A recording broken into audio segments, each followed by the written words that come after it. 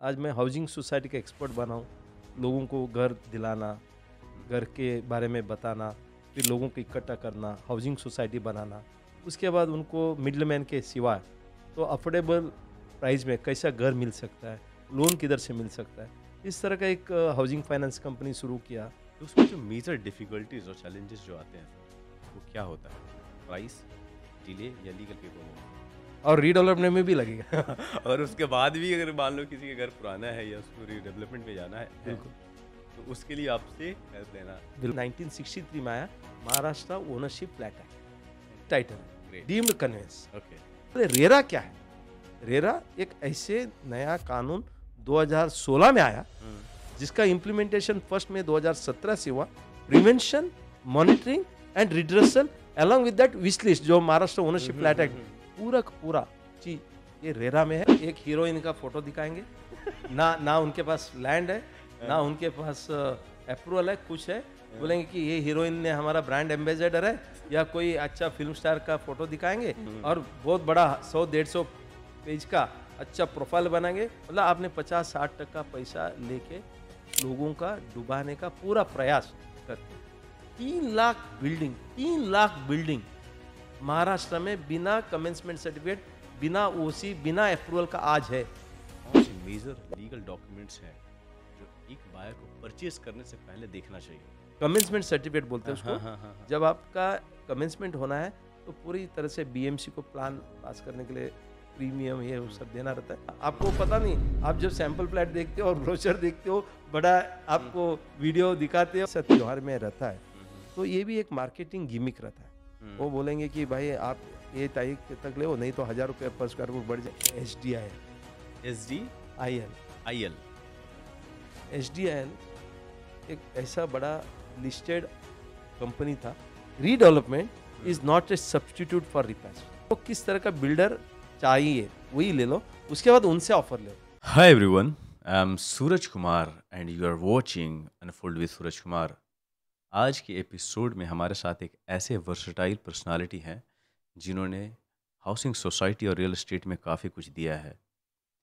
By profession ये एक chartered accountant है, रेरा एक्सपर्ट हैं और इन्होंने अभी तक की जर्नी में मोर देन 60 बुक्स को लिखा है। इंट्रोड्यूसिंग प्रभु रमेशा सर। तो इनकी 30 इयर्स की जर्नी को हम समझेंगे। अगर आप एक बायर हैं, अगर आप एक प्रॉपर्टी लेना चाहते हैं, आप एक बिल्डर हैं या आप एक एजेंट है जो इस इंडस्ट्री में ऑपरेट कर रहे हैं, तो ट्रस्ट में इन्होंने काफ़ी इंसाइटफुल इन्फॉर्मेशन डिटेल में प्रोवाइड किया है। तो कहीं मत जाइए, इस एपिसोड को एंड तक देखिए, काफ़ी इन्फॉर्मेटिव है। स्टार्ट करते हैं।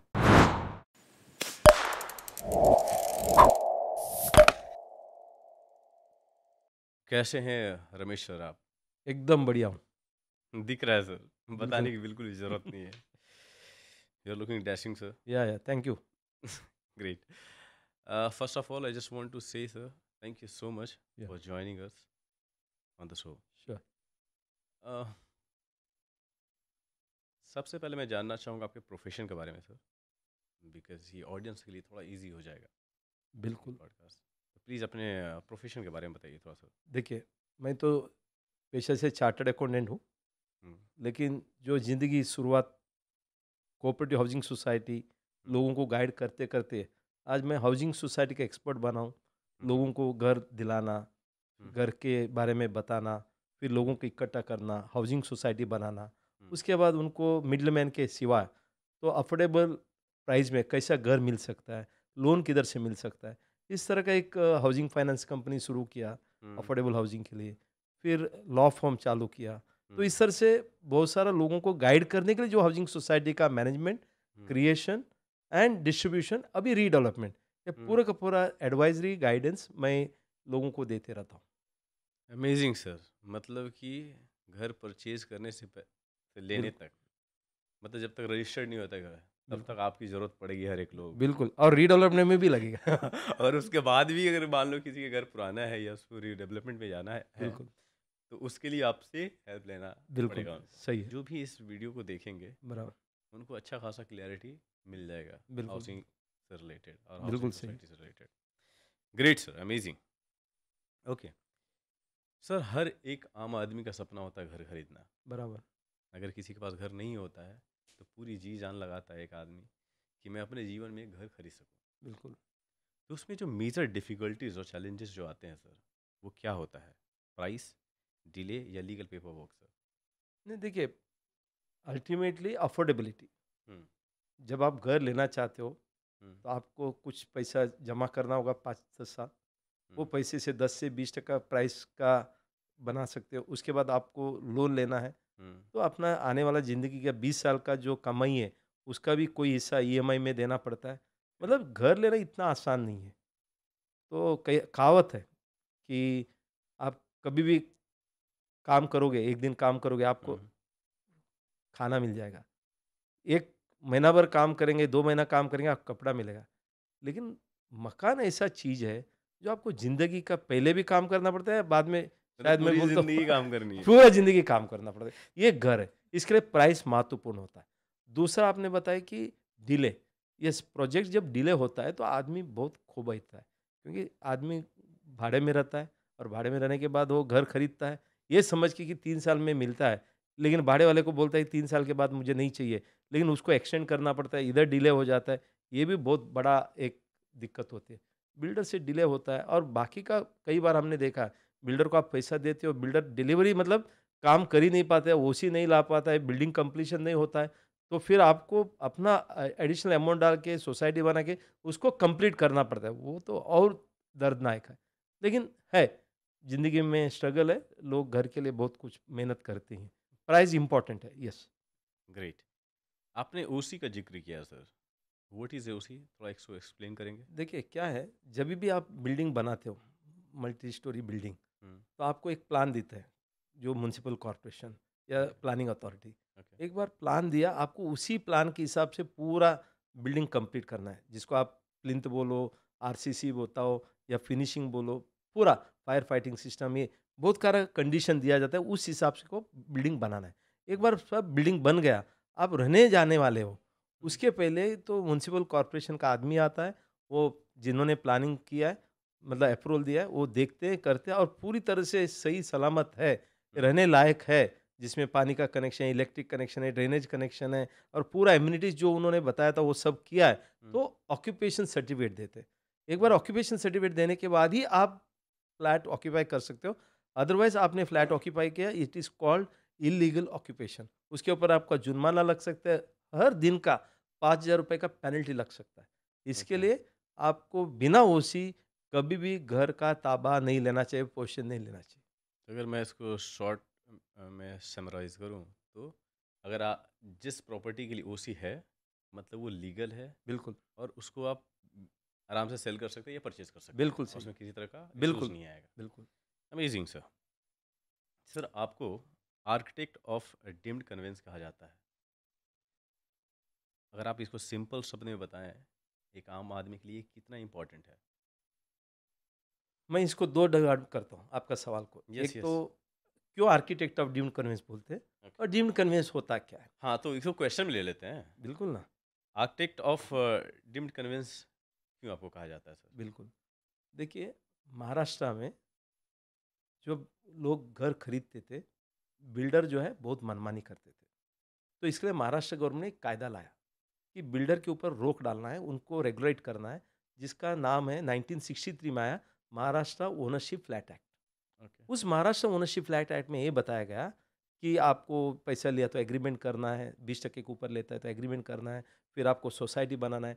सोसाइटी बनाने के बाद सोसाइटी का जो जगह है, बिल्डिंग है, उसका कन्वेंस भी आज सोसाइटी के नाम से 4 महीने के अंदर करना है। ओके। लेकिन बिल्डर तो करते नहीं थे।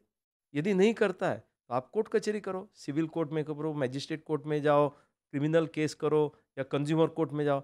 मगर आपको पता है कोर्ट कचहरी क्या होता है? सालों लगता है। सालों लग जाता है, करेक्ट। तो मैंने क्या किया, 2002 में एक किताब निकाला। ओके। एक मेरा जैसा बोलते हैं ना सपना, तो हर आदमी का सपना होता है। तो लोगों को 1983 से 84 से मैं देख रहा था मुंबई में और फिर जब देखा कि बिल्डर जो है कन्वेंस ही नहीं देता है और उसके हुँ, लिए कोर्ट कचहरी क्यों चाहिए? तो मैंने एक अच्छा किताब लिखा, जो लगभग 300 पेज का और हुँ, उसमें पूरा स्पष्टीकरण दिया, क्या चैलेंजेस है, बिल्डर क्यों नहीं करता है, ये कैसा हो सकता है? तो मैंने इतना ही बोला कि पहले जो है, आपको पता होगा, इंदिरा गांधी का गवर्नमेंट ने जो टिलिंग ऑफ लैंड है, किसान जो टिल करता है तो वही मालिक हो जाता है। मतलब बड़ा बड़ा जमींदार है, जमींदार के पास आप टिल्ट करते हो और सालों से आप उनको क्या बोलते हो उसको, रेंट वगैरह देते हो और लेकिन वो बैठे बैठे कमाता है, लेकिन जमीन तो उसका नहीं है, वो सिर्फ लेबर का काम करता है।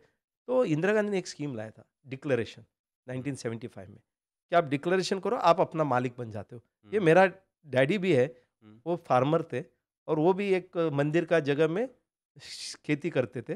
फिर जब ये 1975 में स्कीम आया तो उन्होंने डिक्लेरेशन देके वो अब पूरा 1 एकड़ का जमीन का मालिक बन गए। करेक्ट। तो मैंने बोला ये क्यों नहीं हाउसिंग सोसाइटी में हो सकता है, जब कायदा है। तो हमने बोला कि ऐसे डीम्ड कन्विंस कर सकता है। उसके लिए क्या करना है, एक डिक्लेरेशन बनाओ, रजिस्ट्रार के पास जाओ और रजिस्ट्रार उसको घोषित करेगा। मैंने ऐसा करके गवर्नमेंट को प्रेजेंट किया ये किताब। आप यकीन नहीं करेंगे, उस टाइम में रत्नाकर गायकवाड़ कोऑपरेटिव कमिश्नर थे, इन्होंने ये कॉन्सेप्ट समझ के इतना बढ़िया लगा, उन्होंने पूरा कमिश्नर ऑफिस का स्टाफ को इसको उसको बिठाया, मेरा प्रेजेंटेशन लिया।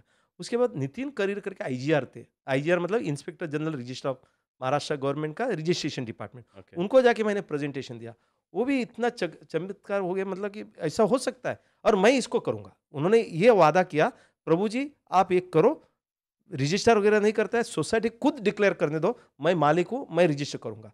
तो जब इन्होंने इतना एनकरेजिंग वर्ड दिया, वो किताब को मिला, सर आप फॉरवर्ड दे दो। तो उन्होंने दोनों ने फॉरवर्ड दिया, किताब 2002 में मैंने पब्लिश किया।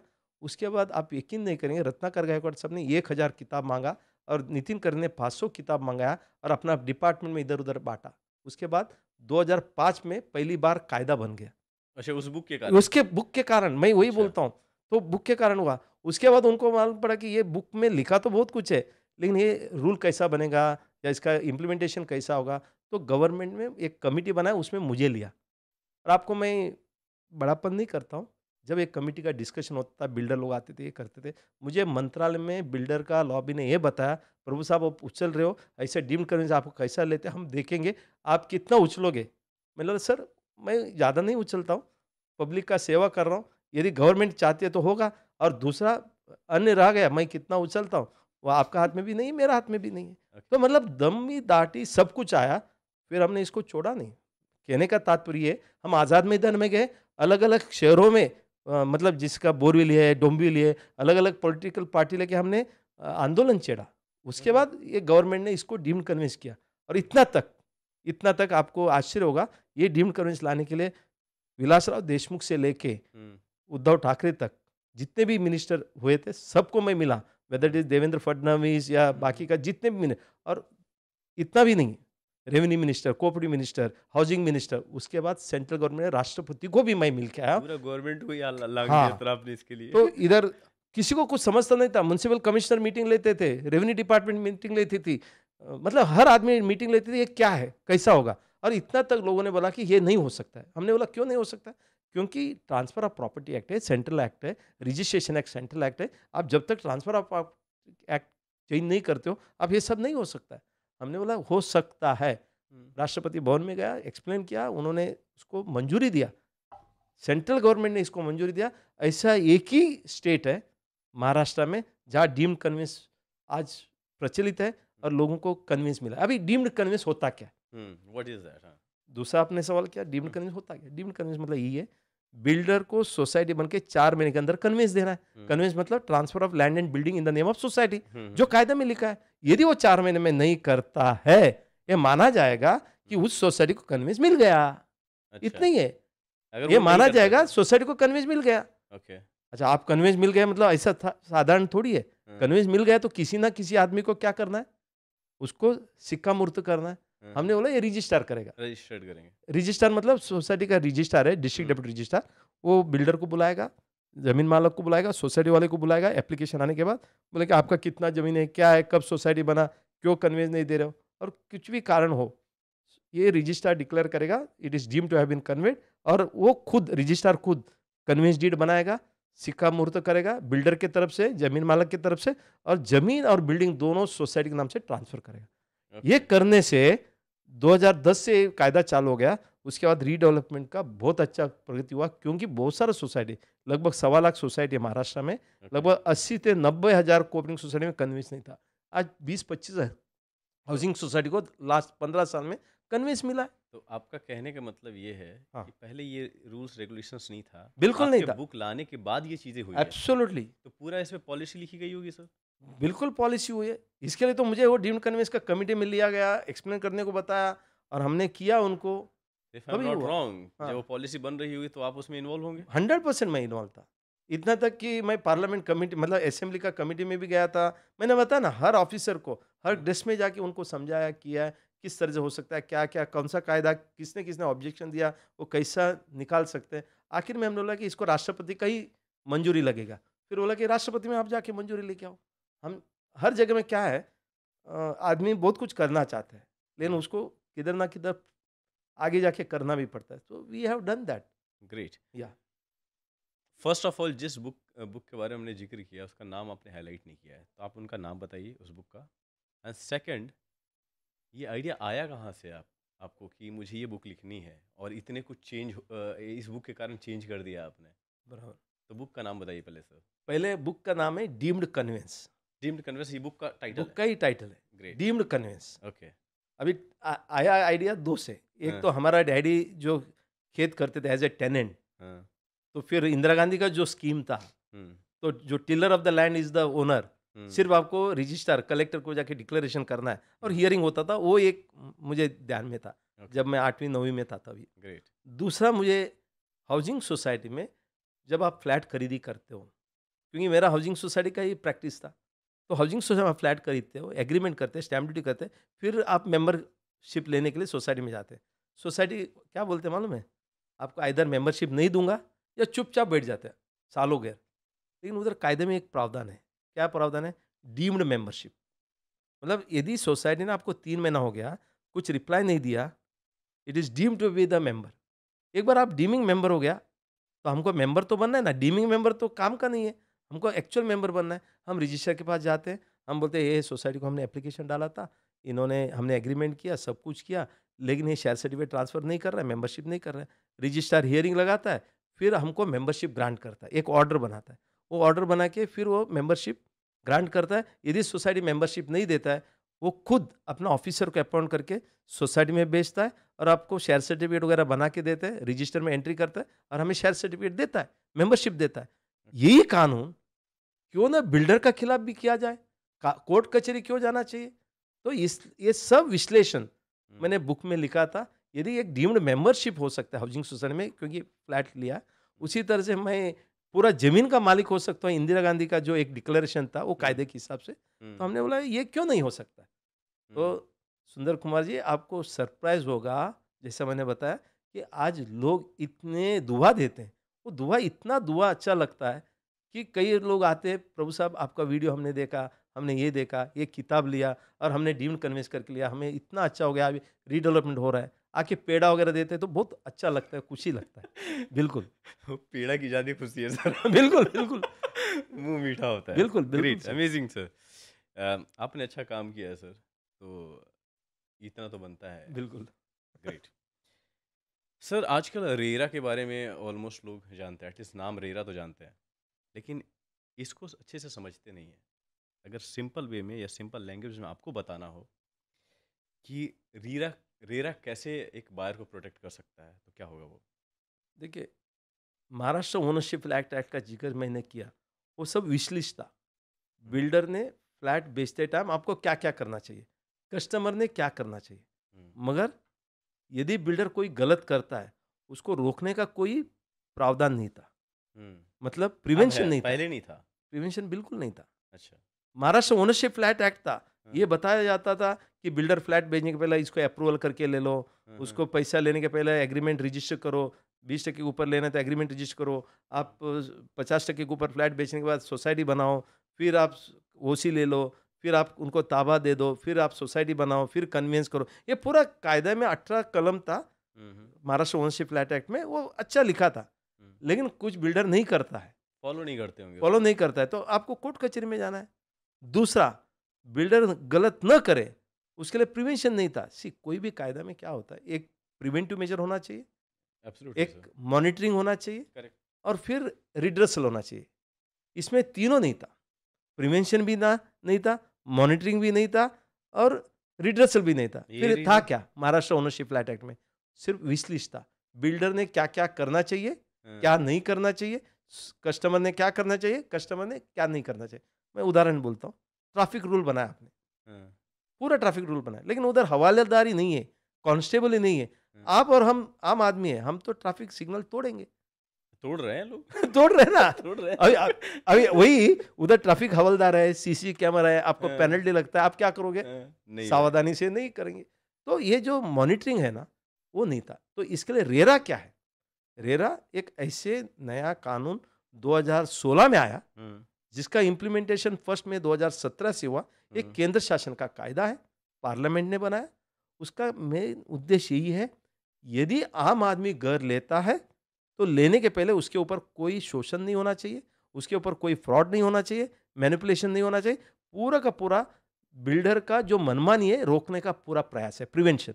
हुँ, हुँ, हुँ, कैसा होता है मैं बताता हूँ। उसके बाद उस बिल्डर ने फ्लैट आपको बेचना, उसके बाद वो प्रोजेक्ट बराबर टाइम में कर रही है, नहीं कर रहा है, हुँ, उसका मॉनिटरिंग भी अथॉरिटी करती है। हुँ, आखिर में प्रिवेंशन हो गया, मॉनिटरिंग हो गया, फिर भी बिल्डर आपके खिलाफ कुछ करता है, तो फिर आपको क्या होता है?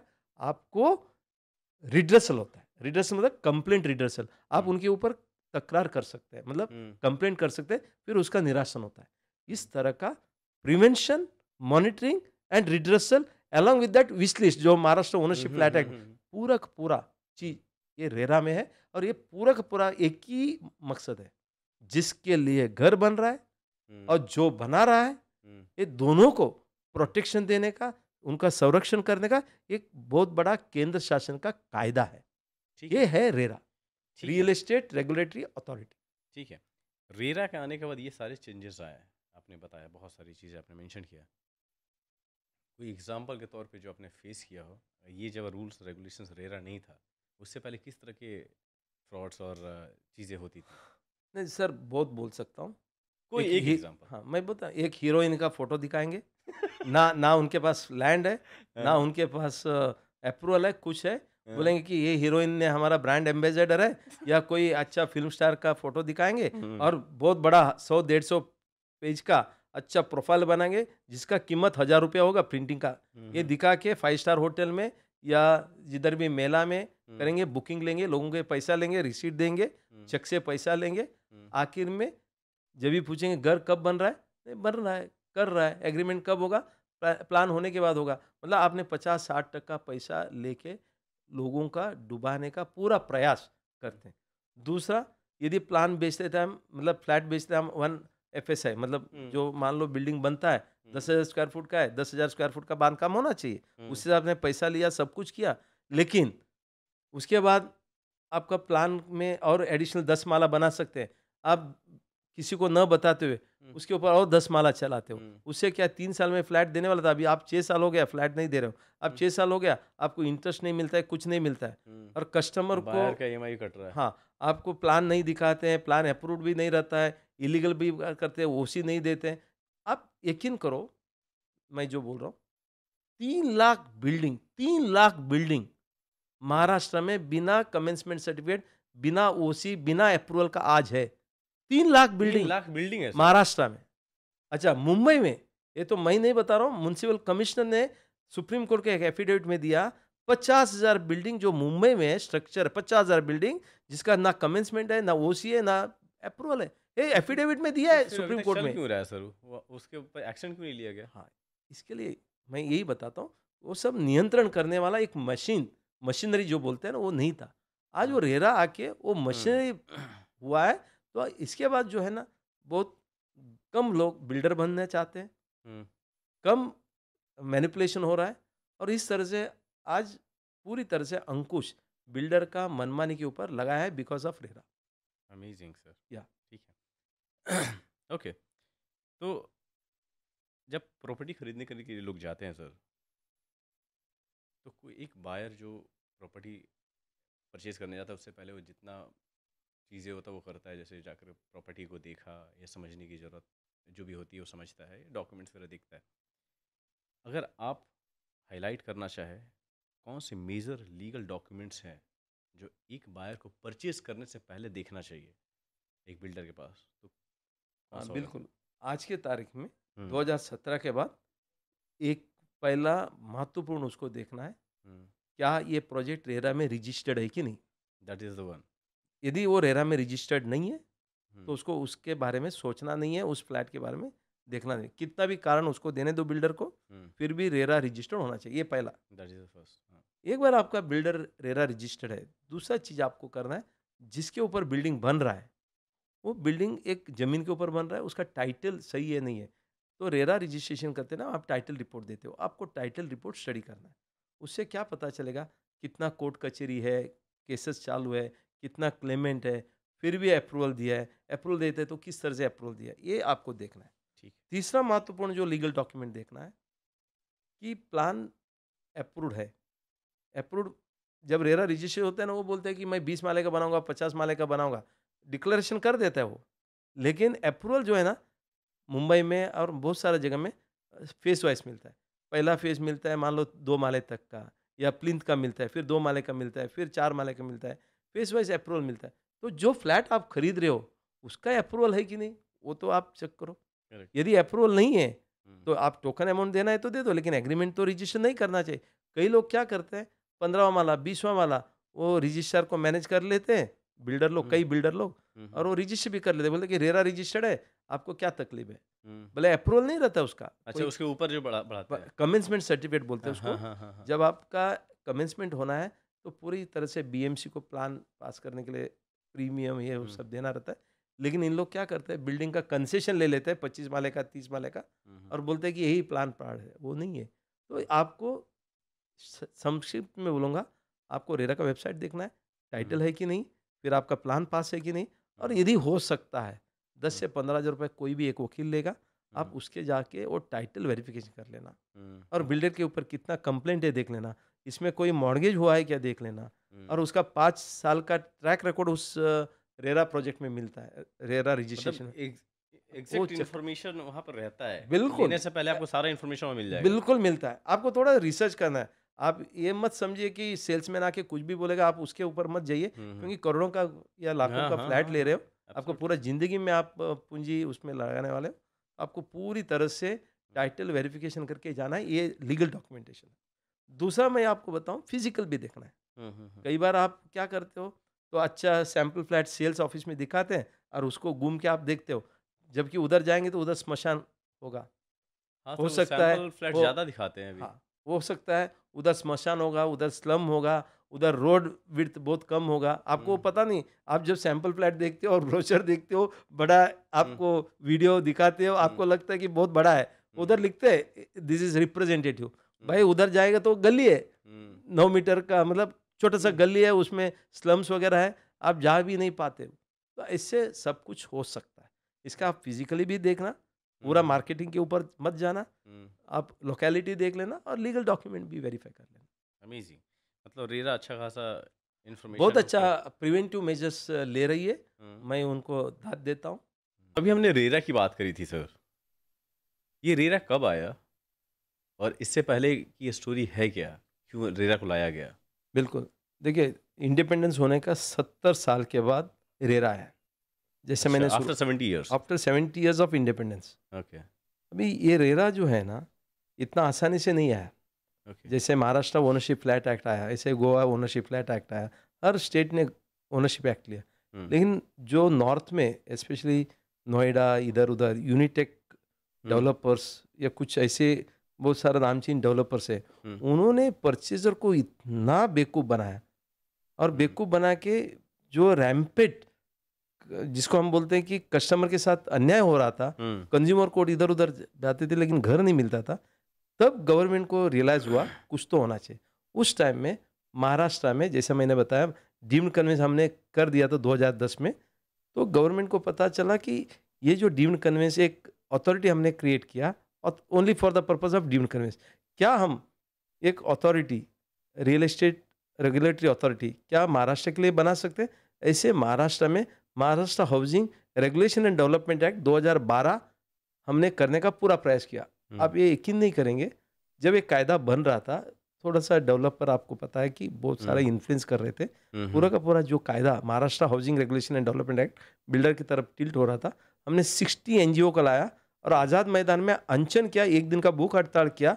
उस कायदा को महाराष्ट्र गवर्नमेंट ने सेट असाइड किया, फिर हमें बुलाया, 21 आदमी का एमएलए का एक कमेटी बनाया, उसके अंदर मुझे बुलाया, बताया कि इसमें क्या क्या चेंजेस होना चाहिए, क्योंकि अभी हम समझ रहे हैं कि he is not an ordinary person who was with the government for bringing deemed conveyance, तो ये कुछ अच्छा ही कर रहा है। हमने जब आज़ाद मैदान में ये किया तो हमको बुलाया, किया और फिर हमारा सजेशन लिया कि क्या क्या होना चाहिए। तब करने के बाद 2012 में Maharashtra housing and regulation act आ गया, महाराष्ट्र में आ गया। उसी टाइम में 2013 में केंद्र शासन में हमारा कांग्रेस गवर्नमेंट था, उन्होंने बिल बनाया। बिल बनाने के बाद तो डिस्कशन तो हो रहा था। 2014 में जैसे ही गवर्नमेंट चेंज हो गया, बीजेपी गवर्नमेंट आया, हमने उसको पूरी तरह से आंदोलन छेड़ा कि हाउसिंग एक्ट जो महाराष्ट्र में आया है, हाउसिंग रेगुलेशन एंड डेवलपमेंट है, केंद्र शासन में चाहिए। और बिल तो ऑलरेडी पड़ा है, इसको अमल वजनी होना चाहिए, मतलब इम्प्लीमेंट होना चाहिए। तो हमने फाइट फॉर रेरा एक आंदोलन छेड़ा, हर शहरों में जाके हमने एक मुहिम तैयार किया। फिर बीजेपी गवर्नमेंट के ऊपर पूरी तरह से हमने दबाव आया। फिर वेंकैया नायडू हाउसिंग मिनिस्टर थे, उन्होंने बोला कि हम करेंगे। तो फिर प्रॉब्लम क्या है, अब इंदा आंदोलन चलने के जरिए हम पब्लिक के गवर्नमेंट है, हम करेंगे। बोला कि एक ही प्रॉब्लम है, हमारा लोकसभा में मेजोरिटी है, राज्यसभा में नहीं है, तो बिल फेल होएगा। तो आप एक एश्योर करो हमें कि कांग्रेस जो मेजोरिटी में राज्यसभा में, उनका सपोर्ट चाहिए। हम राहुल गांधी को मिले, राहुल गांधी को हमने बोला कि सर हमको सपोर्ट चाहिए ये बिल पास करने के लिए। बोलते मैं कैसे करूँ, गवर्नमेंट को लाना है बिल, मैं सपोर्ट करूँगा नहीं करूँगा वो बात की बात है, जब पार्लियामेंट में आएगा तब देखेंगे। हमने बोला नहीं, if you don't give they will not bring, यदि आप नहीं देते हो हम आपका खिलाफ रामलीला मैदान में आंदोलन करेंगे। हमने महाराष्ट्र गवर्नमेंट में किया है, कांग्रेस का ही गवर्नमेंट था महाराष्ट्र में। हमने बोला हम रामलीला मैदान में दिल्ली में आंदोलन करेंगे, वो भी पहली बार हिस्ट्री में होगा जो अपोजिशन पार्टी के खिलाफ करेंगे। तो उन्होंने बोला कि ठीक है आपको क्या चाहिए, हमने बोला सिर्फ आप एक सपोर्ट लेटर दे दो, once the bill comes will pass. उन्होंने ट्विटर किया कि we support this bill if it is presented in Rajya Sabha. तो राज्यसभा में पहला राज्यसभा में अप्रूव कर लिया, फिर लोकसभा में पास होने वाला था। With in 15 days bill got passed. और आपको आश्चर्य की बात बताता हूँ, एक पार्लियामेंट कमेटी बनाया था, उस पार्लियामेंट कमेटी में मुझे लिया गया और कायदे में इतना हमने संशोधन किया और पूरा का पूरा संशोधन उन्होंने एक्सेप्ट भी किया ग्रेसफुली। और फिर हर एक मिनिस्टर को, एमएलए को, इसको उसको सब मिलने को मौका भी मिला, एमपी को वगैरह। तो इस तरह का रेरा जो कायदा आने में बहुत योगदान, फाइट फॉर रेरा एक एनजीओ जो है उनके माध्यम से हुआ है। लगभग 101 एनजीओ हमारे साथ जुड़े थे। आसान काम नहीं है, हुआ है। लेकिन आज लोग all over India RERA implement हो गया, सुप्रीम कोर्ट भी इसको मान्यता दे रही है, हाई कोर्ट मान्यता दे रही है और पूरी तरह से इसको इम्प्लीमेंटेशन भी हुआ है। इसको कह सकते हैं सर कि रेरा एक पॉलिसी है जो पूरे इंडिया में इसका ये है, मतलब बिल्कुल पूरे इंडिया में अप्लाई होता है। बिल्कुल। ओके सर, एक चीज़ मैं देख रहा हूँ सर कि आप जितना डिसेंट लगते हैं देखने में उतना है नहीं, वायलेंट भी बहुत ज़्यादा है सर। नहीं मतलब नहीं, आराम से नहीं मानना है तो आप धरने पे बैठ जाते हो सर। नहीं क्या है, देखो लोकतंत्र में आपको 4 बहुत चीज जरूरी है, ये मैं लोगों को हमेशा बताता हूँ। 4 चीज क्या है। पहला चीज, आप शांति से प्रशासन को बताइए, जो एग्जीक्यूटिव है, जैसे आईएएस ऑफिसर है, बाबू है या ऑफिसर्स है, उनको बताइए, पुलिस स्टेशन ये वो, उनको बताइए। ये नहीं करते तो आपको दूसरा आंदोलन करना है जिसको हम बोलते हैं लेजिस्लेचर।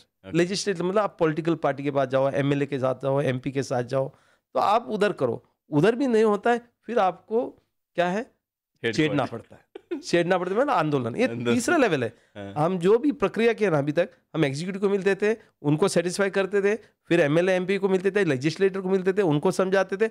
यदि वो नहीं समझ में आता है तो फिर आंदोलन करते, जो लास्ट ऑप्शन है। यदि आंदोलन करने के बाद भी नहीं होता है तो उसी आंदोलन को लेके पूरा मीडिया रिपोर्ट लेके हम किधर जाते हैं, कोर्ट में जाते हैं। बिकॉज दिस आर द 4, नहीं high court, because this is the court ना। See ultimately executive, legislative, press and judiciary, these are the 4 pillars of the democracy.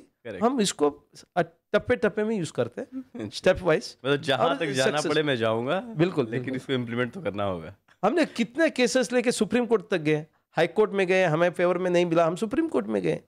मैं आपको एक उदाहरण के लिए बोलता हूँ कि एक रेरा आने के बाद एक प्रोजेक्ट था वडाला में। एक फ्लैट का कीमत कितने मालूम है? 10 लाख, 10 करोड़। 10 करोड़ 10 करोड़ का फ्लैट है। 2012-13 में बॉम्बे डाइंग ने शुरुआत किया था आईसीसी टावर करके। मैं ये सब नाम क्यों बता रहा हूँ? क्योंकि ये पब्लिक डॉक्यूमेंट है। 550 का फ्लैट का प्रोजेक्ट है, 10 करोड़ का एक एक फ्लैट है। कस्टमर से उन्होंने लिया 2 करोड़ टोकन अमाउंट और उनको अलॉटमेंट लेटर दिया, बोला कि 8 करोड़ रुपया जो है आपको जब मैं ताबा दूंगा, मतलब पोजीशन दूंगा, ओसिया होगा, तब आप दे देना, तब आपका एग्रीमेंट बनेगा। ठीक है। अच्छा, मतलब 2 करोड़ लेने के बाद कुछ डॉक्यूमेंट्स नहीं दिया? अलॉटमेंट लेटर हुआ ना। अच्छा, अलॉटमेंट लेटर से एप्लीकेशन फॉर बुकिंग और एक्सेप्टेंस, ठीक है, और रिसीट 2 करोड़ का। ओके। और एग्रीमेंट बाद में आफ्टर 8 करोड़ प्रोवाइड करने के बाद ओसी वगैरह आ गया। हाँ। इसको बोलते हैं इंटर सबवेंशन स्कीम। ठीक है। ठीक है, स्कीम अच्छा है, सब कुछ है। लोगों ने 2-2 करोड़ रुपये भरा, उनको मालूम था कभी ना कभी वैल्यू बढ़ जाएगा, सब कुछ हो जाएगा। जब 2017 को उनको पोजीशन देना था, 2018 भी हो गया, पोजीशन नहीं हुआ। और उन्होंने अलॉटमेंट लेटर में, ब्रोशर में जो जो एमिनिटीज बोला था, वो एमिनिटीज कुछ नहीं दे रहे थे, पूरा कम किया। और रेट जो है 10 करोड़ का 7 करोड़ हो गया। फ्लैट बेचने लगे 7 करोड़ में, वही बॉम्बे डाइंग। तो मतलब उन्होंने प्राइस ही पूरा गिरा दिया क्योंकि मार्केट गिर गया। एक दूसरा एमिनिटीज कम किया, सेल तो करना है। उनका 10-20 का जो स्कीम है, 20 एंड 80% का स्कीम सबवेंशन, उसमें 550 में 100-150 लोग ले जाता, बाकी को तो उनका बेचना है ना। करेक्ट। तो इन्होंने रेट गिरा दिया। रेट गिराएगा तो अभी कस्टमर क्या करेगा? कस्टमर बोला कि अभी मैं 8 करोड़ दे के जो फ्लैट मैंने बुक किया वो लेना अच्छा है, या 7 करोड़ लेके नया फ्लैट लेना है? ठीक है। तो लोग हमारे पास आए, हमने उसको स्टडी किया, सब कुछ किया। उसके बाद हमने बताया कि आपको जो जो एमिनिटीज बोला था उन्होंने ब्रोशर में और अलॉटमेंट लेटर में, वो दिया क्या? बोलते नहीं है। नहीं दिया तो डिफिशियंसी इन सर्विस है। हम रेरा में गए, रेरा वाले ने बोला कि नहीं चलेगा, नहीं, आपको ब्रोशर में ये एग्रीमेंट तो आपके पास है ही नहीं, आपको पैसा भी रिफंड नहीं मिलेगा, कुछ नहीं मिलेगा। हम हाई कोर्ट एपीलेट ट्रिब्यूनल में गए, उन्होंने हमारा फेवर में जजमेंट दिया। बिल्डर लेके गए हाई कोर्ट में, उधर भी हमारा फेवर में जजमेंट मिला। फिर मैटर लेके गए सुप्रीम कोर्ट ने, उधर भी हमारा फेवर में जजमेंट मिला। जिन्होंने 2-2 करोड़ मिला था उनको 4-4 करोड़ मिला, और अच्छा। 4 करोड़ दे के उन्होंने 7 करोड़ में फ्लैट लिया। 100% इंटरेस्ट हाँ बिल्डर को देना पड़ा। सुप्रीम कोर्ट तक भी मैटर गया। कहने का तात्पर्य आज रेरा को लेके बहुत सारा अच्छा जजमेंट आया है। I can see that. Okay, great. अभी क्या हो रहा है सर कि हर एक आम आदमी जो है ऑफर्स के चक्कर में रहते हैं। एक आम आदमी फेस्टिवल का वेट करता है कि अगर कुछ खरीदारी करनी हो, अगर मॉल्स में परचेज करने जाए तो दिवाली या गणपति की पूजा के समय जाएंगे, ताकि ऑफर्स वहाँ पे उस समय बहुत ज़्यादा मिलता है, राइट? अब रियल एस्टेट भी वैसा चल रहा है सर, प्री लॉन्च ऑफर्स का बहुत ज़्यादा क्रेज़ है। आपके एक्सपीरियंस के अनुसार अगर आप बताना चाहो कि क्या ये सेफ है या फिर रिस्की है? नहीं, देखिए आज के तारीख में ऑनेस्टली स्पीकिंग कि बिना अप्रूवल, बिना रेरा रजिस्ट्रेशन आप कोई भी मार्केटिंग नहीं कर सकते, एडवर्टाइजमेंट नहीं कर सकते। फिर भी मुझे पता है बहुत सारे लोग, जैसे आपने भी बताया, प्री लॉन्च होता है, ये होता है, वो होता है, और फिर इनॉग्रेशन, मतलब जिसको हम बोलते हैं कि एक एग्रीमेंट मिल जाता है लोगों के साथ, board ceremony, opening ceremony, ground laying ceremony, ऐसा कुछ ना कुछ नाम से लोगों को बुलाते और एक्सप्रेशन ऑफ इंटरेस्ट ले लेते, पैसा भी ले लेते।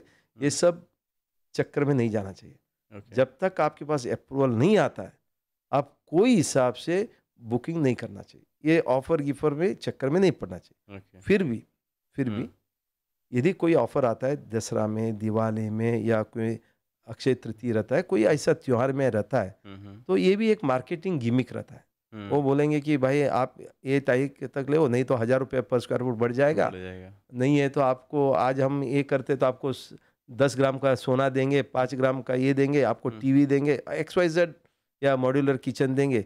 ये स्कीम चलता ही रहता है, लेकिन all this will come out of your cost only. ऐसा नहीं कि वो अपने जेब से कुछ नहीं देगा, ठीक है ना।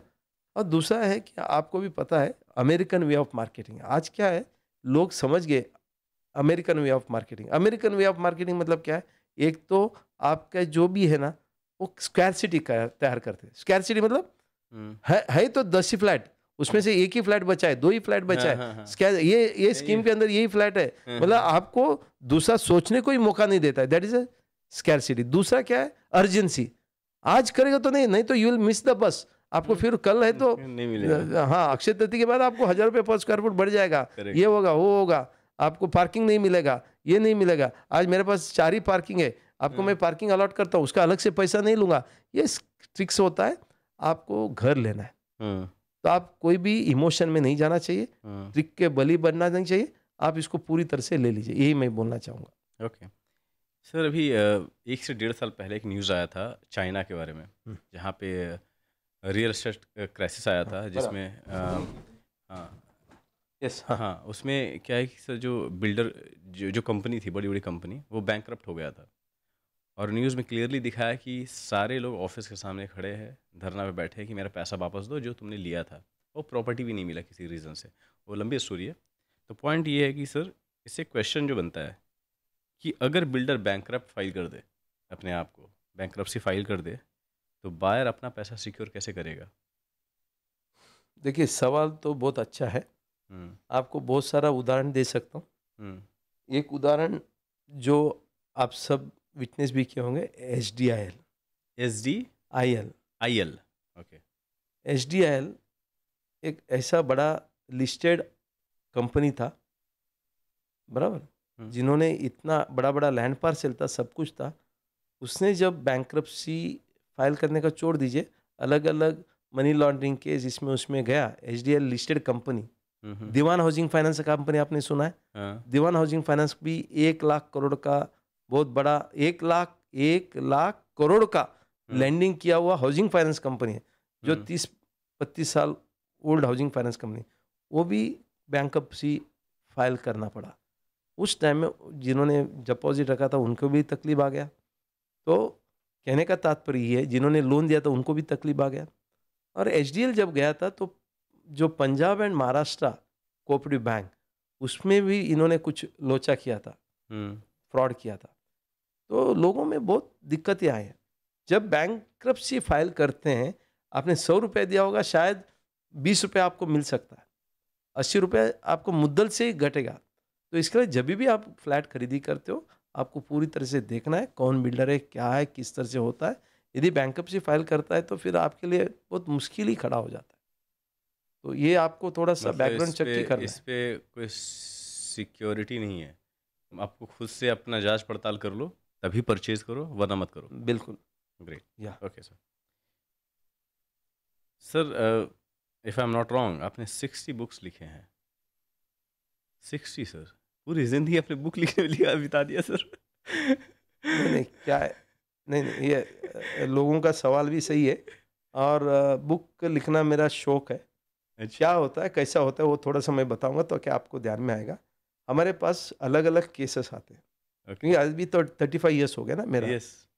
तो हर दिन कोई ना कोई नया नया विषय लेके आते हैं, लीगल ओपिनियन लेते हैं, किस्सा आता है।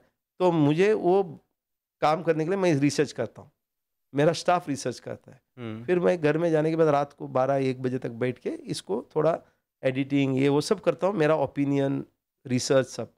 उसके बाद मटेरियल तैयार हो जाता है। मटेरियल तैयार होने के बाद देखो, जिसके लिए मैंने काम करना था उसके लिए तो पैसा मिल गया, करेक्ट। अभी ये पब्लिक को देने दो। ये मेरा एक हमेशा रहा, why not give it back to the society. For example मैं बताता हूँ कि कोई मेरे पास आता है कि सर हमारा सोसाइटी में कोई मेंटेनेंस नहीं देता है, तो क्या करना चाहिए? मेंटेनेंस नहीं देता, क्या करना चाहिए? उसका रिकवरी करना चाहिए। रिकवरी कैसा किया जाए, इसका ये प्रोसीजर है, ये कायदा है, ये कानून है, ये सर्कुलर है, ये सब है, इतना जजमेंट है, ये पूरा मैं बना के उनको एक स्टडी रिपोर्ट देता हूँ। उस स्टडी रिपोर्ट में मैं 20-25 हज़ार रुपये लेता हूँ, मुझे मिल गया अभी मेरा रिपोर्ट। तो ये पूरा रिसर्च है। फिर रिकवरी ऑफ ड्यूज करके मैं किताब निकाल दिया। उसमें फिर मैं लिखता हूँ जितने भी मेरा रिसर्च हुआ है। तो शुरुआत से लेके प्रोविजंस, प्रोसीजर, रूल्स, सर्कुलर्स, फिर अपील, पूरा का पूरा research with the case laws सब मैं डाल देता हूँ। तो ये किताब मार्केट में आ गया। और उससे क्या होगा कि किसी को भी रिकवरी ड्यूज करना है, वो किताब मेरा ऑफिस से लेके जाता है, उसको मिल जाता है। फिर कोई किसी को रिकवरी ऑफ ड्यूज के केस भी मेरे पास समझना है, कॉम्प्लिकेटेड केस मेरे पास आ जाता है।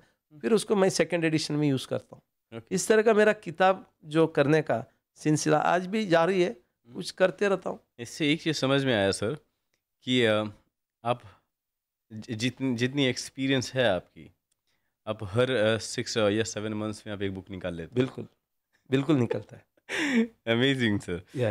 ओके, तो सपोज दैट सर कि मैं एक बायर हूँ, फर्स्ट टाइम मैं एक घर बाय करना चाहता हूँ और बाय करने जा रहा हूँ।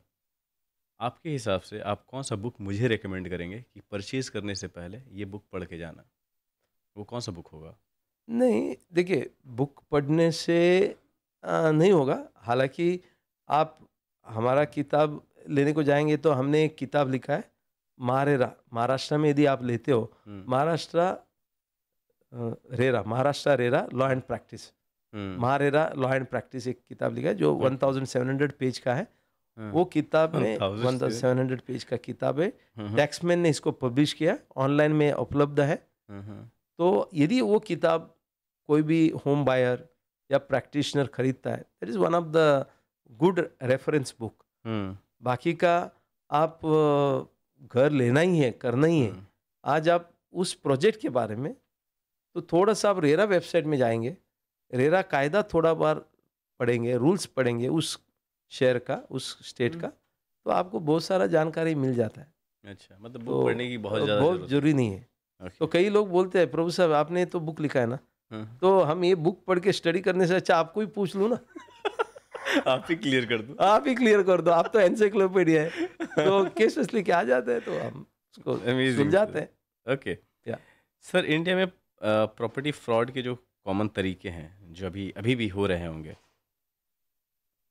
वो किस तरीके हो रहे हैं और उससे बचने का कोई सिंपल फॉर्मूला है आपके पास तो वो बताइए प्लीज़? नहीं, देखिए फ्रॉड तो आम आदमी मतलब कई ढंग से समझ नहीं पाता है, हुँ, बट फ्रॉड होता है जब सामने वाला ग्रीड ग्रीड में कन्वर्ट होता है। ओके। जब मैं आपको अभी अभी एक जो फ्रॉड हुँ, जो अभी हो रहा है, वो कहाँ तक लोगों ने इसको समझना है, करना है, मुझे मालूम नहीं। मुंबई में हुँ, आज तीसरा मुंबई आने वाला है, हुँ, त्रियो। अभी फर्स्ट मुंबई है, हुँ, फिर नवी मुंबई है, हाँ। अभी मुंबई 3 बन रहा है। हाँ, हाँ, अभी ये तो आपके लिए भी स्टोरी होगा। हाँ, तो अ, सॉरी है सर ये क्योंकि मैंने इससे पहले सुना ही नहीं। सुना ही नहीं ना? मुंबई जैसा कि मोदी 1, मोदी 2, ट्रम्प 1, ट्रम्प 2, तो अभी मुंबई 3 हो रहा है, अच्छा, मुंबई त्रियो।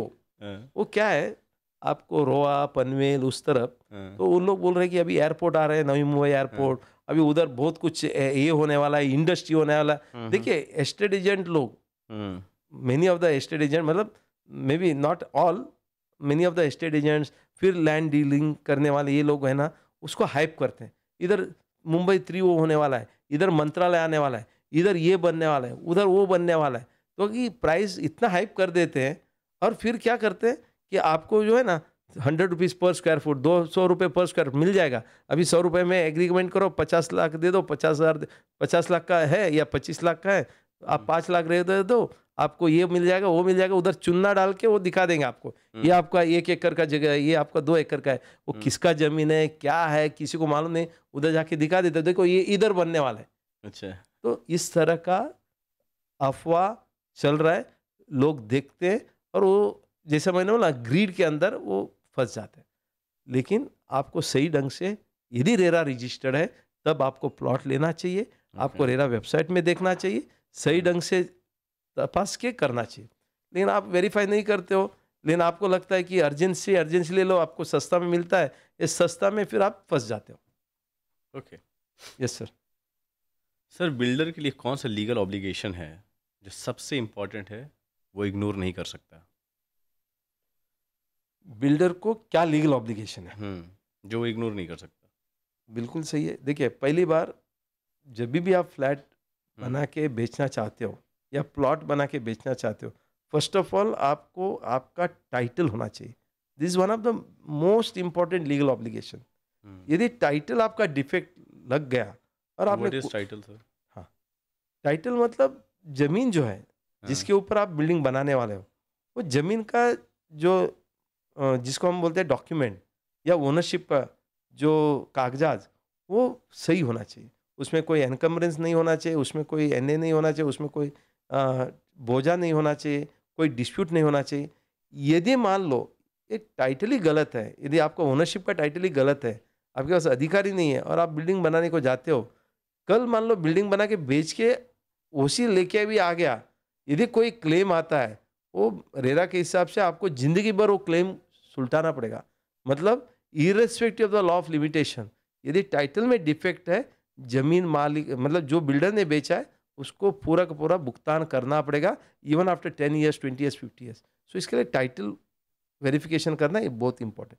दूसरा, बिना अप्रूवल का, बिना अप्रूवल का बिल्कुल कोई भी फ्लैट बेचना नहीं चाहिए, एग्रीमेंट करना नहीं चाहिए, रेरा रजिस्ट्रेशन के बिना बेचना नहीं चाहिए। ये बहुत बड़ा आज की तारीख में इंपॉर्टेंट है, क्योंकि यदि रेरा रजिस्ट्रेशन के बिना आप फ्लैट बेचते हो, जैसे आपने बोला सॉफ्ट लॉन्च है वो, आपके लिए बहुत दुखदायक मतलब बहुत तकलीफ देगा किसको, बिल्डर को। एक तो 10% प्रोजेक्ट कॉस्ट का 10% उनको पेनल्टी लग सकता है। दूसरा, यदि वो बोलने के बाद भी आप 2 महीना 3 महीने के अंदर रजिस्ट्रेशन नहीं कर पाते हो कोई भी कारण से, फिर और 10% पेनल्टी लग सकता है और आपका जेल का सजा भी काटना पड़ता है। और जेल का सजा 1 महीने का 3 महीने का आपको दिया और ये सजा न काटना है, अगेंस्ट 10% पेनल्टी, मतलब 30% पेनल्टी है यदि आप बिना रेरा रजिस्ट्रेशन फ्लैट बेचते हैं तो। मतलब जो 10% बोल रहे सर, ओवरऑल प्रॉपर्टी की कीमत का 10% बोल रहे हैं आप? प्रोजेक्ट कॉस्ट का, जो प्रोजेक्ट बना नहीं उसका, प्रॉपर्टी का नहीं, प्रॉपर्टी का तो लैंड है ना, हाँ। लैंड बन के जो प्रोजेक्ट बनने वाला है। मैं एक उदाहरण मतलब बोलता हूँ 100 करोड़ का प्रॉपर्टी बनने वाला है, तो तो सर आप 30% दीजिए आप। बिल्कुल 30 करोड़। 30 करोड़। अभी एक जो जजमेंट अभी आपको मैं बताऊं, रेरा ने किया, महाराष्ट्र का रेरा, हाँ, एक हाउसिंग सोसाइटी है नागपुर में, ओके। उनको रेरा रजिस्ट्रेशन करना था, लेकिन वो तो रजिस्ट्रेशन नहीं किया। वो बोला कि हाउसिंग सोसाइटी को किधर लगता है, नहीं ये तो गलत है, हम नहीं करेंगे, नहीं किया। फिर किसी ने कंप्लेंट किया, एक फ्लैट मेंबर ने सोसाइटी का। कंप्लेंट करने के बाद रेरा ने पूछा, भाई क्यों नहीं किया? बोलता है कि हमको नहीं लगता है। क्यों नहीं लगता है? लगता है, देखो इधर आप तो फ्लैट बना के बेच रहे हो ना, बंगलो बना के बेच रहे हो ना मेंबर को, आपको लगता है। नहीं हमको मालूम नहीं था। तो पूछा कितना करोड़ का ये है? बोला कि 300 करोड़ का है। 300 करोड़ का प्रोजेक्ट है हाँ, और आप बिना रेरा रजिस्ट्रेशन बेच रहे हो, तो आपको 10% लगा सकते हैं। भाई सोसाइटी इसके लिए 2% लगा दो, 6 करोड़ का पेनल्टी लगा मारे, 6 करोड़ का पेनल्टी। फिर अभी उन्होंने अपील में किया, अपील में गए तो उनको 1.8 करोड़ रुपए भरना पड़ा penalty, 30% of the agreed penalty, मतलब अवॉर्डेड पेनल्टी। वो देने के बाद ही उनका अपील एडमिट हुआ। कहने का तात्पर्य है कि रेरा आपको जेल का कारवास भी दे सकता है if you don't have the title और if you don't register the project properly and sell. RERA में रजिस्टर न करते हो बेचेगा तो। दूसरा जो ये ऑब्लिगेशन है, रेरा का जो पैसा आता है कस्टमर से 70% आपको रेरा अकाउंट में रखना है, एक रेरा डेसिंग अकाउंट। अच्छा, वो हाँ, भी एक अकाउंट है जो अकाउंट वो गवर्नमेंट का ही है? गवर्नमेंट नहीं है, रेरा मॉनिटर करती है हाँ, और उसमें से पैसा निकालना है। तो रेरा का ऑर्गेनाइजेशन है ना sir? RERA is an authority है, एक Authority. गवर्नमेंट ने बनाया हुआ एक प्राधिकरण है, हाँ, अथॉरिटी है, ये कोर्ट जैसे ही है। हम्म, तो वो उसको मॉनिटर करती है कि कस्टमर से जो 100 रुपये आया उसमें 70 रुपीज़ आप रेरा अकाउंट में रखो। उसके बाद यदि निकालना है तो आपका आर्किटेक्ट, इंजीनियर और सीए का तीनों का सर्टिफिकेट लेके निकाल सकते हैं। मतलब प्रिवेंशन हो रहा है। और हर 3-3 महीने में क्वार्टरली प्रोग्रेस रिपोर्ट लेते हैं। क्वार्टरली प्रोग्रेस रिपोर्ट मतलब क्या है कि आपको फिजिकली आपने कितना काम किया और आपने कितना परसेंटेज प्लान के हिसाब से काम किया, कितना पैसा आपको आया, कितना पैसा आपने निवेश डाला, ये पूरा का प्रोग्रेस रिपोर्ट, टेक्निकल और आपका मॉनिटरी, ये दोनों होता है। तो ये भी ऑब्लिगेशन आपको करना है। तो इस तरह रेरा के साथ फिर आपको सोसाइटी बनाना है, टाइमलाइन में प्रोजेक्ट कंप्लीट करना है, सोसाइटी बनाने के बाद कन्वेंस करना है, 10% के पैसा ज़्यादा लेना है तो आपको एग्रीमेंट रजिस्टर करना है। These are all legal obligations on the promoter. यदि आप इसमें Okay. कुछ भी छोटा मीठा मिस्टेक करते हो, प्रोजेक्ट कॉस्ट का 5% आपको पेनल्टी लग सकता है। तो ये Okay. सब पेनल्टी इम्पोर्टेंट, बहुत ही तगड़ा है सर। बहुत तगड़ा है। ओके, तो सर बहुत सारे रेरा और बहुत सारे रूल्स एंड रेगुलेशंस के बारे में बात की है, एंड आप जीता जाता उदाहरण है सारे रूल्स और रेगुलेशंस और पॉलिसी को बनाने में आपका बहुत ही अहम योगदान रहा है। आप मुझे ये बताइए सर, रियल एस्टेट एजेंट के लिए कौन सा लाइसेंस और लीगल कॉम्प्लाइंसेस मैंडेटरी है जो वो इग्नोर नहीं कर सकते? हाँ बिल्कुल सूरज, ऐसा है कि आज रेरा आने के बाद यदि आप रेरा का रजिस्टर्ड के किया हुआ प्रोजेक्ट ही आप बेच सकते हो, बराबर ना? तो आपको एक तो रेरा में रजिस्ट्रेशन करना चाहिए, ये इम्पोर्टेंट है। और एक बार रजिस्ट्रेशन किया, आप जो रेरा रजिस्टर्ड प्रोजेक्ट है वही बेच सकते हो। अनरजिस्टर्ड प्रोजेक्ट आप बेच नहीं सकते हो। यदि अनरजिस्टर्ड प्रोजेक्ट आप बेचते हो, फिर आपको पेनल्टी है। एक साई एस्टेट एजेंट करके एक था शुरुआत में, वो रेरा में रजिस्टर्ड था एजेंट। उसने बेचा फ्लैट, बड़ा बड़ा होर्डिंग डाल दिया और बेचने लग गया। तो जब महाराष्ट्र रेरा को पता चला, उसको शो कॉज नोटिस दिया। बोला कितना दिन से आप एडवर्टाइजमेंट कर रहे हो? बोला 12 दिन से कर रहा हूँ। आपको पता है आप रेरा रजिस्टर्ड हो, अनरजिस्टर्ड प्रोजेक्ट को क्यों बेच रहे हो? वो अनरजिस्टर्ड प्रोजेक्ट को बेच रहा था। तो फिर क्योंकि वो बोला कि मेरा एक भी बिका नहीं, ठीक है, 12 दिन का 10,000 रुपये पर डे आप जो है 1,20,000 फाइन दो। फाइन दिया, फिर सब बोर्ड निकलाया किया, उसे माफ़ी लिखवा के लिया। कहने का तात्पर्य रेरा रजिस्टर्ड प्रोजेक्ट ही आप बेच सकते हो, एक। दूसरा, आपको हाफ ईयरली जो भी आप रेरा का जो कामकाज करते हो, मतलब अकाउंट्स है, वो आपको सबमिट करना है ऑन हाफ ईयरली बेसिस। और वंस इन 5 इयर्स जो है रेरा रजिस्टर्ड जो है आपको रिन्यूअल करना पड़ता है, आपको ट्रेनिंग लेना पड़ता है। आज सर्टिफिकेट के बिना आपको रजिस्ट्रेशन भी नहीं मिलता। एक ट्रेनिंग प्रोग्राम होता है 3 महीने का, उसके बाद एक टेस्ट बनता है, रेरा टेस्ट करती है, मतलब असेसमेंट करती है, फिर होती है। और लास्ट में आपका जो नाम है ऐसे रेरा रजिस्टर्ड का, जो प्रोजेक्ट का आप बेचना चाहते हो, उस प्रोजेक्ट में भी आपका नाम होना चाहिए। मान लो रुस्तम जी का प्रोजेक्ट है, उसमें 25 एजेंट है, 25 एजेंट जो रेरा का एजेंट है, जो प्रोजेक्ट बेचना चाहे, उनका नाम भी रेरा में रजिस्टर होना चाहिए। तो इस तरह का एक प्रावधान रेरा ने किया है, जिसके माध्यम से डेवलपर के ऊपर बहुत सारा रियल एस्टेट एजेंट के ऊपर भी बहुत अच्छा अंकुश आ रहा है। तो ये महाराज ने एक अच्छा प्रावधान भी किया है कि यदि एग्रीमेंट में भी लिखना पड़ता है हु इज़ ए एजेंट और उसको कितना कमीशन दिया जा रहा है। उससे क्या होगा कि एग्रीमेंट फॉर सेल में भी एजेंट का नाम आने से यदि वो एजेंट को कमीशन नहीं मिलता है कोई भी कारण से, फिर आप रेरा में जाके वो कमीशन भी हासिल कर सकते हो।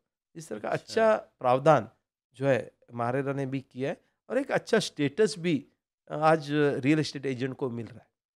Amazing sir, amazing. या ओके, बहुत सारा प्रॉपर्टी का रीडेवलपमेंट होता है सर, राइट? रीडेवलपमेंट शुरू करते वक्त सोसाइटी को बिल्डर से मिलने से पहले 3 कौन से ऐसे प्राइवेसी या आप कह सकते हैं कि स्टेप्स खुद को सिक्योर करने के लिए लेना चाहिए सर? पहला, आप जो सोसाइटी में रहते हो उसका मैनेजिंग कमेटी को अच्छे तरह से इलेक्ट करके ले लो।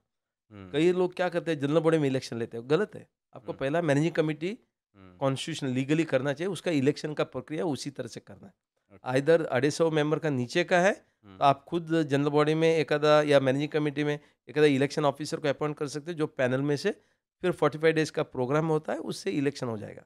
नहीं है 250 के ऊपर का मेंबर है आपका सोसाइटी में, फिर आपको रजिस्ट्रार को बताना है, रजिस्ट्रार अपना इलेक्शन ऑफिसर को भेजेगा, इलेक्शन 45 डेज का कर लेगा। ये पहला मुद्दा है। दूसरा, आपका जो कन्वेंस है जमीन, जो मैंने शुरुआत में बताया, लैंड एंड बिल्डिंग आपके नाम से होना चाहिए। यदि नहीं है, आप डीम्ड कन्वेंस करा के लीजिए, ताकि डीम्ड कन्वेंस होने के बाद ही आप इसको करना चाहिए। तीसरा महत्वपूर्ण है, ऐसा तो बहुत है, लेकिन तीसरा जो है, आप रीडेवलपमेंट होने वाला है करके रिपेयरिंग न करना, ये आपके लिए धोखादायक होता है। वापस मैं रिपीट करता हूँ, redevelopment is not a substitute for repairs. Repairing आपको करना है, आप करते रहो, स्ट्रक्चर ऑडिट करो, इसका देखभाल करो। नहीं, हम तो रीडेवलपमेंट करने वाले हैं, बिल्डर को ढूंढने वाले हैं, पीएम से अपॉइंट हुआ है, तो आप रिपेयरिंग नहीं करोगे, आपके लिए धोखादायक होगा। क्यों होगा? क्योंकि रीडेवलपमेंट ऐसा एक प्रोसेस है जिसमें मान लो 50 मेंबर सोसाइटी में 50 आइडिया निकलता है, 50 डेवलपर को लेके आने का प्रयास होता है, कुछ डिस्प्यूट हो जाता है, तो कोई पीएम से अपॉइंट करते टाइम, कोई बिल्डर अपॉइंट करते टाइम। इसके लिए आपको ये 3 इंपॉर्टेंट चीज़ें, उसके बाद आप पीएम से अपॉइंट करो, डेवलपर को पहला एक्सप्रेशन ऑफ इंटरेस्ट ले लो, डेवलपर को पहला चुनो। कहने का मतलब ये है कि आपको किस तरह का बिल्डर चाहिए वही ले लो, उसके बाद उनसे ऑफर ले लो। लोग क्या करते हैं, पहला ऑफर लेते हैं फिर बिल्डर का चांदनी करते हैं, वो मत करो। क्या होता है कि मान लो ये बिल्डर है, एक एस्टेट एजेंट होगा, वो बिल्डर का नाम से लेटरेट बना के दे देता है, मैं 40% देता हूँ, बाकी सब लोग 20%, 22%, 20%, 22%, जो 40% दे रहा है उसको आप बिल्डर करके अपॉइंट कर देते हो। उसका कैपेसिटी भी नहीं, कुछ भी नहीं है। यदि आपने उससे ऑफर लेने के पहले उसका प्रोफाइल लिया होता तो आपको पता चलता था यार ये बराबर बिल्डर नहीं है, इसको इसका ऑफर ही भी मत लो। इस तरह का आपको बिल्डर को पहला चुनना है, एक्सप्रेशन ऑफ इंटरेस्ट लेके, फिर उसी बिल्डर से आपको ऑफर लेना है। That would be the right methodology to go ahead. Great. Self redevelopment क्या होता है सर, और ये सेफ क्यों माना जाता है? देखिए, मेरा जो जिंदगी है वो शुरुआत हुआ है सेल्फ डेवलपमेंट से। अच्छा, हाँ। जैसा मैंने शुरुआत में बताया, लोगों को इकट्ठा करना, सोसाइटी बनाना, फिर जमीन लेना, फिर आर्किटेक्ट को अपॉइंट करना, फिर कॉन्ट्रैक्टर को अपॉइंट करना, फिर लोन निकालना, फिर बिल्डिंग कंप्लीट करके लोगों को घर देना। ये मेरा जिंदगी में कम से कम 101 सोसाइटी मैंने बनाया। और रिसेंटली भी मैंने 2 सोसाइटी बनाई। एक भारतीय रक्षक अधिकारी कोऑपरेटिव सोसाइटी जो वर्सोवा में, अंधेरी वेस्ट में। दूसरा है एक एम्प्लॉयज़ वीरा देसाई रोड में, गवर्नमेंट एम्प्लॉयज़ को भी जगह मिला था, उनका भी हाउसिंग सोसाइटी बना के उनको घर बनाया। ये सेल्फ डेवलपमेंट में है ना, क्या होता है, आपको जो बिल्डर का, मिडलमैन का पूरा कमीशन निकल जाता है, वो आपको फंसाता है तो वो भी कम हो जाता है, डिस्प्यूट कम हो जाता है। इसी तरह से सेल्फ रीडेवलपमेंट मतलब क्या है कि डेवलपमेंट को आपको बिल्डर को ना अपॉइंट करते हो, आप खुद रीडेवलप करो। ये तारक मेहता का उल्टा चश्मा का जैसा नहीं है, आपको पेंट लेके आना है, आपको ईंट रखना है, या आपको है ना ब्रिक्स रखना है, आपको फिर कलरिंग करना है, वैसा नहीं है। वो तो तारक मेहता उल्टा चश्मा है। इधर क्या है, आपको प्रोफेशनल कॉन्ट्रैक्टर मिलते हैं, प्रोफेशनल आर्किटेक्ट मिलता है, प्रोफेशनल इंजीनियर मिलते हैं। आप उनसे समझ लो, कर लो। फिर हमारे जैसे लीगल कंसल्टेंट भी आपको मिलते हैं। उनसे समझने के बाद आप क्या करो कि कन्विंस हो गया, आप एक फिजिबिलिटी रिपोर्ट वर्क करो, उसके बाद आप प्रोजेक्ट रिपोर्ट बना लो, फिर आप प्लान बना लो, जितना जितना मिलता है, क्या मिलता है आपको समझ में आएगा। फिर कितने लोगों को एडिशनल घर चाहिए वो देख लो। फिर आपको मुंबई बैंक है, महाराष्ट्र स्टेट कोऑपरेटिव बैंक, ये आपको कर्जा देते हैं 12.5% में, आपको 7 साल का लोन मिलता है, और 7 साल का लोन में आपको 3 साल मॉरिटोरियम भी मिलता है। ऐसा बहुत कुछ है। और इससे क्या होगा, डिस्प्यूट जो बिल्डर से होता है वो रुक जाएगा, और पूरा का पूरा डेवलपमेंट और रीडेवलपमेंट का जो कंट्रोल है आपके पास रहेगा, पैसे का व्यवहार आपके पास रहेगा, तो डिस्प्यूट कम होगा, तो टाइटल ट्रांसफर नहीं होगा, और अच्छे तरह से आप काम कर सकते हो। ये मेरा आशा है। अभी तक 25-30 सोसाइटी मुंबई में सेल्फ डेवलपमेंट में गए, हालांकि 10,000 के ऊपर बिल्डर ने डेवलपमेंट किया है, लेकिन लोग इसमें एक्सेप्टेंस नहीं आ रहा है। ये मेरा एक इच्छा है, किधर ना किधर जाके आगे जाके लोग इसको एक्सेप्ट करेंगे। Okay. Parking disputes, repair, maintenance fights, इनको पीसफुली सॉल्व करने के लिए सर सबसे इफेक्टिव वे क्या है? नहीं, देखिए, पार्किंग, रिपेयरिंग, लीकेज, जो इंटरनल मेंबर के अंदर जो डिस्प्यूट है ना, सॉल्व करना है तो आप एक दूसरे को भाईचारा करना है, आपको कॉम्प्रोमाइज करना है। कोर्ट कचहरी में कभी भी किसी का भला हुआ नहीं। आप कोऑपरेटिव कोर्ट में जाओगे, फिर महाराष्ट्र एपलेट कोर्ट में जाओगे, फिर हाई कोर्ट में जाओगे, सुप्रीम कोर्ट में जाओगे, पूरा डिस्प्यूट इतना बढ़ जाता है। देखिए, पार्किंग एक सेंसिटिव इशू है, एक दूसरे को समझना चाहिए। हमारा घर में लीकेज होता है, वो भी बहुत बड़ा सेंसिटिव इशू है, क्योंकि आपका बेडरूम में ऊपर वाले का टॉयलेट का पानी आता है तो अच्छा नहीं है ना, या आप टॉयलेट में नीचे बैठे हो, दूसरे ऊपर का टॉयलेट वाले का पानी आता है, अच्छा नहीं है, और उससे बिल्डिंग भी खराब हो जाता है। तो ये आपको समझ जाए, एक दूसरे को भाईचारा करके जब काम करोगे अच्छा होगा। इसके लिए गवर्नमेंट ने क्या किया है, एक एडवाइजरी कमेटी बनाने का प्रस्ताव रखा है। यदि हर सोसाइटी ने एक एडवाइजरी कमेटी करते हैं, advisory committee for resolving the dispute, उसमें क्या है, एक आपका जो ऑडिटर है वो रहेगा, एक सोसाइटी का कमिटी मेंबर रहेगा, जनरल बॉडी से एक चेयरमैन इलेक्ट होगा, एक हाउसिंग फेडरेशन का आदमी रहेगा, और इस तरह से एक कमिटी बनेगा। वो यदि कोई छोटा मोटा डिस्प्यूट है वो एमिकेबली सॉल्व होगा। तो आपको एमिकेबल सॉल्यूशन के अलावा दूसरा कुछ भी चीज़ मुझे नहीं दिखता। यदि इगोइस्टिक हो गए आप, तो दोनों वकील लोग अच्छा कमा लेंगे, आपका जिंदगी का कमाई लेके जाएंगे, लेकिन आपका जिंदगी जब तक आप मरोगे नहीं तब तक आपका डिस्प्यूट भी सॉल्व नहीं होगा। ऐसा छोटा छोटा मैटर है सर। ओके। आपने महाराष्ट्र के कई सीएम के साथ काम किया सर, जिनमें अगर जो मेरे पास जो नेम है वो श्री पृथ्वीराज चौहान एंड श्री उद्धव ठाकरे सर हैं।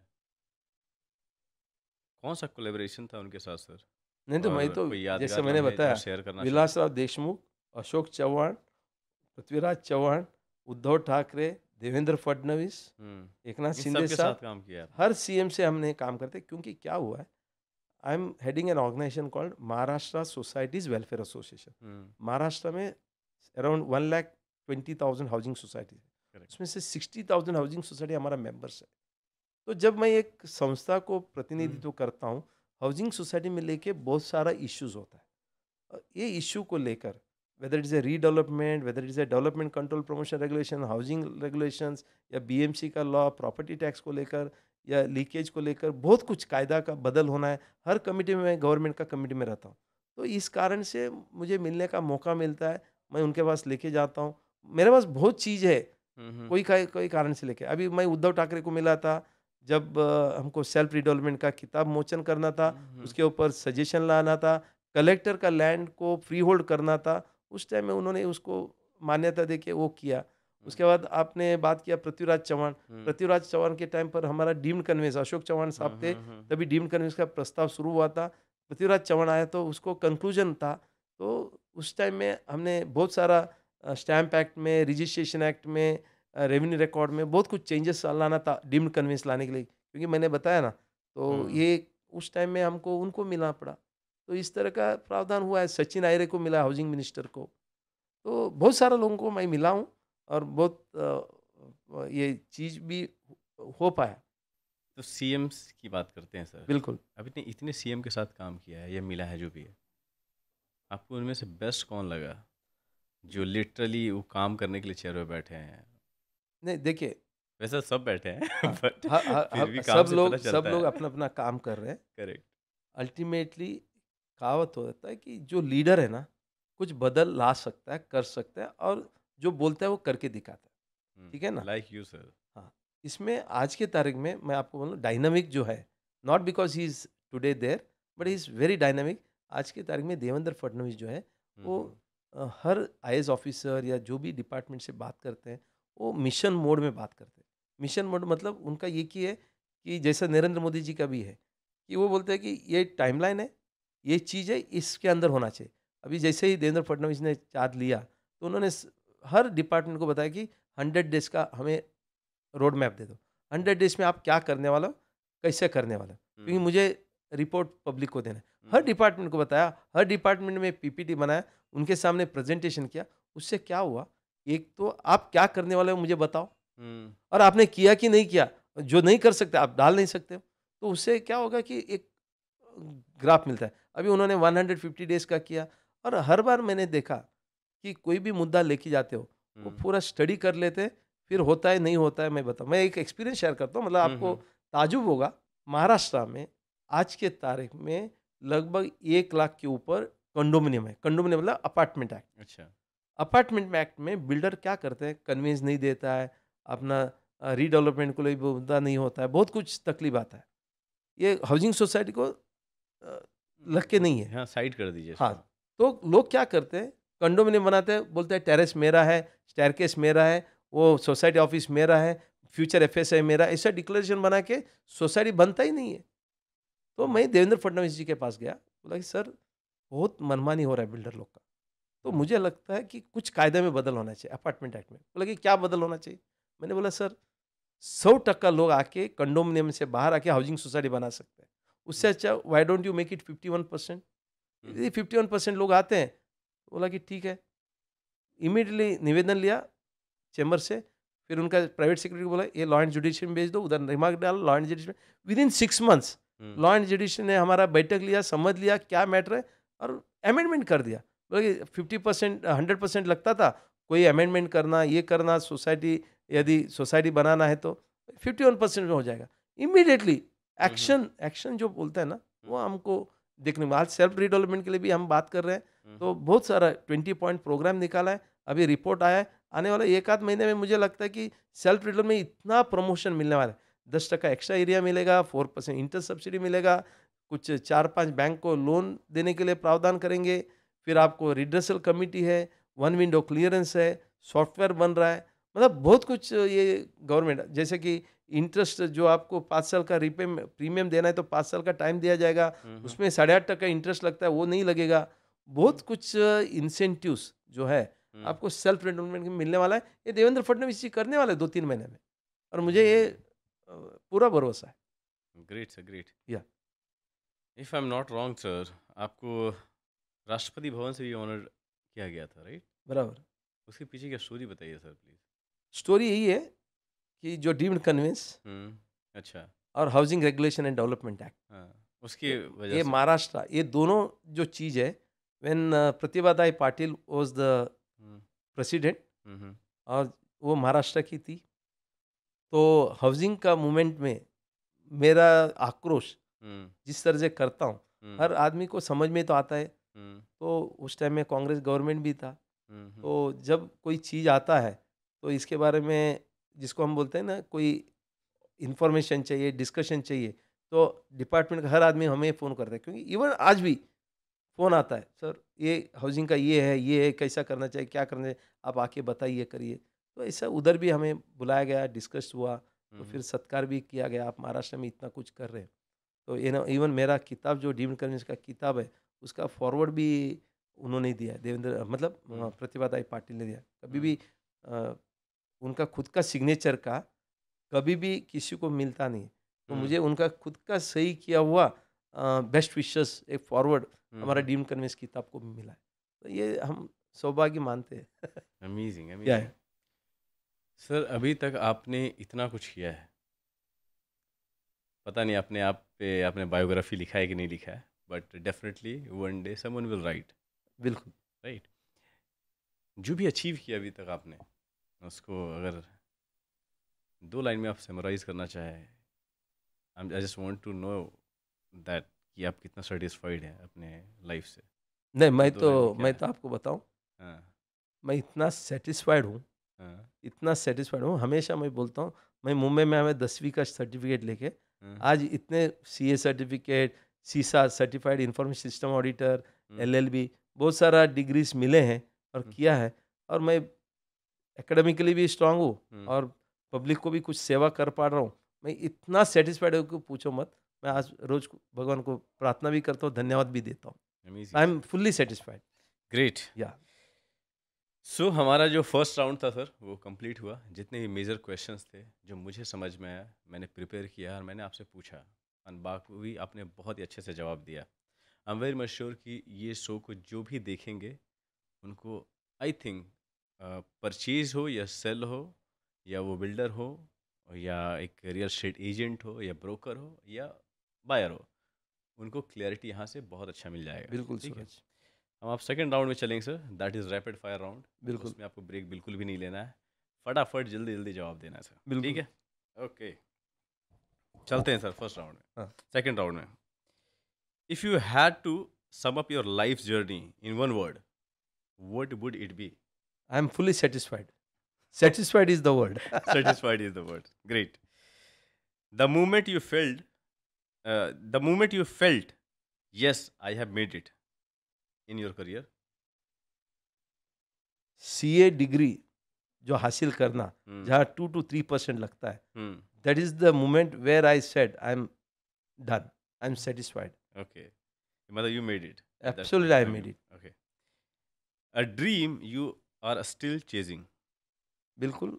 अफोर्डेबल हाउसिंग, लोगों को right for housing, right for housing, इसके लिए आज भी मैं लड़ रहा हूँ, और मुझे लगता है कि अभी भी अनकम्प्लीटेड है। स्लम वाले को घर दिलाना हो, टेनेंटेड वाले को घर दिलाना हो, this is what right for housing is still one which I feel it should be available, and I am chasing that dream. Great, sir. If a movie was made on your life, what would the title be? May be housing गुरु और housing hero, housing man, जैसा कि green revolution वाले को green man बोलते हैं, है ना, जय जवान जय किसान, ऐसे सब नारा देते हैं, तो समथिंग title लाइक हो दैट। जाए। हाँ, टाइटल लोग अभी भी दे रहे हैं, हाउसिंग गुरु करके टाइटल तो दिया ही है, Amazing. लोगों का टाइटल है। Amazing. जैसा महात्मा गांधी को भी किसी ने तो महात्मा का टाइटल नहीं दिया है, हाँ, ये हाँ। पब्लिक ने दिया है महात्मा गांधी। Great. गांधी तो मोहनदास करमचंद गांधी है, मोहनदास कोई करमचंद टाइटल गांधी। महात्मा गांधी किसी का टाइटल नहीं है, वो आप रिसर्च करिए, ये तो अच्छा। पब्लिक ने दिया उसको महात्मा। तो Okay. ऐसे ही हाउसिंग गुरु हमको मिला है, तो Great. वही नाम से होगा। Great, sir.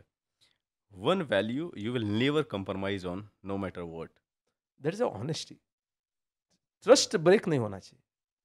एक किसी ने आपके ऊपर विश्वास रखा, यदि आप वो ऑनेस्टी या ट्रस्ट ब्रेक करते हो, आई थिंक उसके लिए फिर नथिंग बचा ही रिमेन्स, नहीं है। हाँ, nothing remains in the life कि you are cheating yourself, वो नहीं होना चाहिए। Okay. A friend who has stood by you through thick and thin. Yes, हालांकि जो मुंबई में आने के बाद एक रोनाल्ड डिकोस्टा, हम्म जो मेरा क्लासमेट है, हम्म जो स्टूडेंट्स जो मुझे, जिसको हम बोलते हैं बहुत हैरेस करते थे, रैगिंग करते थे, तो ओके ये एक लड़का था। आज भी हम लोग इतना थिक फ्रेंड है, तो ओके। हर जगह में हम शेयरिंग करते हैं, इतना तक कि पर्सनल लाइफ किस लड़की के साथ किधर भी गया था, इतना तक भी शेयर हो जाता है। Oh my God. तो थिक एंड थिन है ना, अमेजिंग सर। वो भी शेयर करता है। अच्छा ठीक है। Great. One childhood ambitions that never happened but you still smile thinking about it. नहीं, there are many. Yes, I wanted to become a doctor, but now वहीं it is too late and never can happen, you know. But ठीक है, हमने commerce लिया, जैसा भी है, तो अभी वो तो चाइल्डहुड ड्रीम है, हर सर आदमी अच्छा किया मिलिट्री कॉमर्स लिया, आपने इतना कुछ खड़ा कर दिया सर। नहीं, नहीं, तो ठीक है, डॉक्टर अभी कभी देखते कभी हैं। हमारा सिस्टर का लड़की ने अभी डॉक्टर किया है, एमडी किया है, तो उसमें हम खुश है। हमारा भतीजी ने किया है। Amazing sir. Your favourite memory from college days. नहीं, उसमें तो बहुत है, लेकिन मैं इतना ही बोलूँगा कि जब भी कॉलेज में हमारा जो भी फ्रेंड्स है, उनको कुछ समझ में नहीं आता है, अकाउंट्स नहीं आता है, मैथ्स नहीं आता है, टीचर हमेशा बोलते थे कि तुमको नहीं समझ में आया ना, रमेश को पूछो। रमेश और कॉलेज होने के बाद या स्कूल होने के बाद हम बैठता था, सीखता था, सिखाते थे। आज भी लोग उसको मेमोरी करते हैं और मुझे भी अच्छा लगता है। आज भी मैं उसी की तरह से सीए लोगों को भी पढ़ाता हूँ, करता हूँ। वो मेरा पैशन जो है कंटिन्यू, आज भी उसको लोग भी याद करते हैं, मैं भी याद करता हूँ। Great sir. If you could instantly master any skill in the world what would it be? Certainly today, artificial intelligence, or rather I would say technology. Technology is the one which has to get adopted, and that is evolving, changing, and one has to do it. And that is what I'm doing. I'm always adopting to the new technology in whatever way possible. Great sir. A daily habit or ritual that keeps you grounded. बिल्कुल, ये कोई believe नहीं करेगा, लेकिन मैं आपको बताता हूँ। हमारा ऑफिस है, हमेशा, या घर में भी, तो we are thankful to God हमेशा। I am so happy and grateful to you. ये you have given us so much, you have given us a human life. ये ग्रेटिट्यूड जो प्रेयर है हमारा ऑफिस में रोज होता है। घर में से निकलने के पहले भगवान का प्रार्थना होता है, उधर भी यही बोलता हूँ, भगवान मुझे आपने बहुत कुछ दिया है, मैं आपको धन्यवाद दूँ। मुझे ये चाहिए वो चाहिए मैं कभी नहीं बोलता हूँ। जिस दिन मैं बोलूँगा मुझे ये चाहिए वो चाहिए, I think I am unsatisfied. आज हम धन्यवाद देते हैं। whatever you have done, that is best for me, and I know you are taking care of me. Gratitude prayer, that is the answer. Great sir. One historical figure you do love to have dinner with. आप historical figure, मैं ये बोलूँगा कि famous ही बोलूँगा, वो आज भी जिंदा है। तो मुझे लगता है कि मेरा दोस्त डॉक्टर सुभाष दलवी मुझे उनके पास लेके जाएंगे। अमिताभ बच्चन जो एक आइकॉन है। अच्छा। तो हालांकि वो तो हमारा बाजू में रहते हैं, अच्छा। बट कभी मिलने का मौका नहीं मिला। हालांकि बहुत सारा प्रोग्राम में मिला हूँ, लेकिन यदि डिनर की बात आए तो बिल्कुल हम चाहेंगे एक बार जाने के लिए। एंड मैं विश करता हूँ सर कि ये रैपिड फायर अमिताभ सर देखें और आपको डिनर के लिए बुलाएं। बिल्कुल बिल्कुल। Amazing sir. The proudest moment you have shared with your parents. या certainly when I became CA, see, it is dream come true, because I am coming from a farming family where we were not having a landless laborer, बोलते हैं landless farmer, उस family से आया हूँ। तो जब एक हमारे में जो हाईएस्ट क्वालिफाइड ऑफकोर्स मैं ही था हमारा फैमिली में। मेरा बाद में जो हाईएस्ट नेक्स्ट क्वालिफाइड मेरा बड़ा भाई जो एमकॉम हुए। But yes, that was the greatest moment, because first attempt में before completing articles, when I completed, that is a proud moment. And you won't believe, my parents also distributed sweets to the entire village. एक त्योहार जैसा बनाया उन्होंने, मतलब इतना बड़ा, उनको भी अच्छा लगा, मुझे भी अच्छा लगा। Amazing. One bold risk you took that change everything of your life? बिल्कुल। मुंबई में आना हम्म मेरे लिए तो बहुत बड़ा रिस्क था, और क्योंकि सिर्फ हमारा भाई थे इधर, हम्म बैंक में नौकरी था, उन्होंने बुलाया 10वीं होने के बाद। हालांकि छोड़ के आने के बाद रिस्क ऐसा था कि मुझे मालूम नहीं था एडमिशन मिलेगा, दो मैं फर्स्ट क्लास था, इधर एडमिशन मिलेगा कि नहीं मिलेगा, यकीन नहीं करेंगे आप, मुझे एडमिशन नहीं मिला। 15 हम्म समवेयर 15 जून 1982 में आया मुंबई में, जुलाई तक गया, 1.5 महीना गया, स्कूल कॉलेज चालू होके एडमिशन नहीं मिला। मैं जाने वाला था हम्म मुंबई छोड़ के। फिर एक कन्नड़ भवन सोसाइटी जूनियर कॉलेज करके, जहाँ इवनिंग बच्चे लोग जो होटल में काम करते हैं ना, वो हम्म सब लोग आते थे। मैं नाइट कॉलेज में गया, और हम्म नाइट कॉलेज में मैंने 11th किया एक कन्नड़ हम्म भवन सोसाइटी जूनियर कॉलेज में। हम्म वो मेरे लिए मुंबई में आना बहुत रिस्क था, क्योंकि मैं तो 10वीं करके इधर एक बैचलर रूम में रहना हम्म मुझे बताया गया था कि मैं तो नॉनवेज खाता नहीं हूँ, हम्म बोला कि सब लोग नॉनवेज खाना पड़ेगा, आपको नॉनवेज बनाना पड़ेगा। हम्म तो और बैचलर रूम में रहना है as a hmm 10th student. हम्म फिर भी मैंने हिम्मत करके आया, that was the great risk, but if I had not taken that risk, possibly hmm I would not have been what I am today, I and know I am that. Thankful to the God. नहीं तो मैं वापस जाता था तो मुझे नहीं लगता कि I would have been, maybe somewhere I would have done the job, but वो कभी हैज कभी चेंज द अच्छा लाइफ। होता है सर कि जो चीज़ें सोचते हैं वो नहीं होता है, बिल्कुल बिल्कुल बिल्कुल। क्योंकि उसका रीज़न या उसके बदले कुछ अच्छा ही होता है। बिल्कुल। Great. If you could time travel to any era in India's history, where would you go? देखिए, लाइफ में संघर्ष बहुत जरूरी है, फ्रीडम बहुत जरूरी है। ग्रेट। तो आज भी मैं हमेशा देखता हूँ कि फ्रीडम होना चाहिए, whether it is a life freedom, space freedom, या जो भी आपको कायदा कानून, मतलब you should be so much relaxed. Freedom fighting जो है ना, whether it is by Subhash Chandra Bose, whether it is by Mahatma Gandhi, whether by all our leaders, freedom fighters, जो वो हिस्ट्री में जाना पढ़ना, एक एक आप यकीन नहीं करेंगे लोग, आज भी मैं इतना मूवीज देखता हूँ। मूवीज किसका? सुभाष चंद्र बोस का, महात्मा गांधी का, एक बार देखा होगा, 2 बार देखा होगा, उनका किताब पढ़ना, हिस्ट्री में मैं बार बार जाना चाहता हूँ, कि that is what is keeping me alive also. मतलब आज जो संघर्ष मैं करता हूँ उन लोगों से भी मैं ज्यादा नहीं करता हूँ। आज तो हमारा ही देश है, हमारे लोगों के साथ ही संघर्ष करना है। संघर्ष करना ये मुझे बार बार याद दिलाता है। Freedom fighting is one which I always enjoy, that is where it is giving me inspiration. Amazing, sir. Amazing. या 3 words you do tell your younger self today. Keep on working Okay. Like Abdul Kalam, Okay. Keep till on working. ठीक है. the way Abdul Kalam Yeah. or Ratan Tata, all these people have been, till the last day of the breath, they have been working. So give me that strength where I am able to work, keep on working, give that strength so that I can serve the society in whatever way possible. Why only society, sir? Nation, sir, you can say. Nation, Because you are society. working great, sir. बिल्कुल. Okay. And the last one, कोई एक quote, sir, जो आपको define करता हो. I would say only honesty, trust. Honesty. Okay. Honesty is Great. the trust building. Okay. Once again sir, thank you very much, Thank you. आप मेरे show पे आए. ये मेरे लिए बहुत ही खुशी की बात है, एंड आई एम ग्लैड कि मैं आपके साथ स्पेस शेयर कर पाया. बिल्कुल. आपके पास कुछ भी है ऑडियंस को बोलने के लिए, तो कैमरा सामने है, प्लीज़ गो अहेड सर.